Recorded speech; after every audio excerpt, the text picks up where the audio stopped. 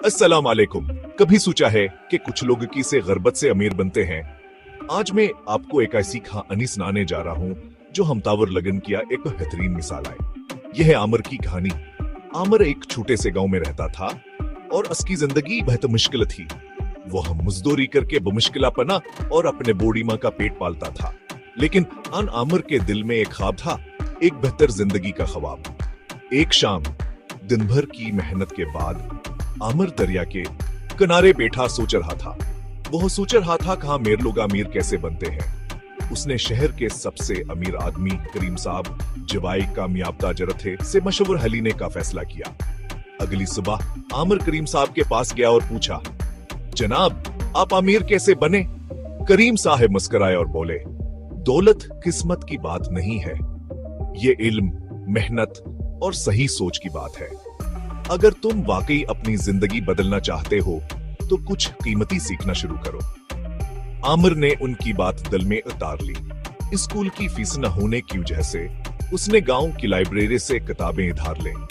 इसने कारोबार, बचत और सरमायाकारी के बारे में सीखा। एक दिन आमिर ने देखा कि बेहद से गांव वाले दूर दराज से ताजा फलावर सब्जियां खरीदने जाते हैं। उसने एक मौका देखा। एक दुकानदार से कुछ फलावर सब्जियां उधार लेकर इसने गांव में है ताजा चीजें बेचना शुरू कर दे। लोगों को उसकी दुकान से खरीदना आसान लगा। इसका कारोबार बढ़ता गया।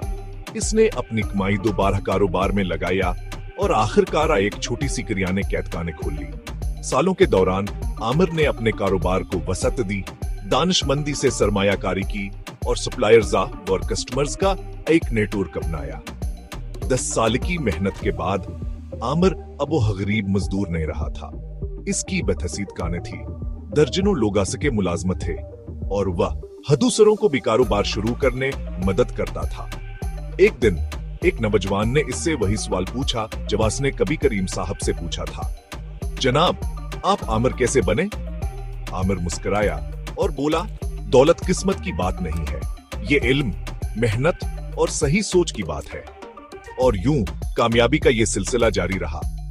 याद रखें, आपके ख्वाब कीमती हैं, बस सही सोच और मुसलसल कोशिश की जरूरत है। हौसला रखें मेरे दोस्तों।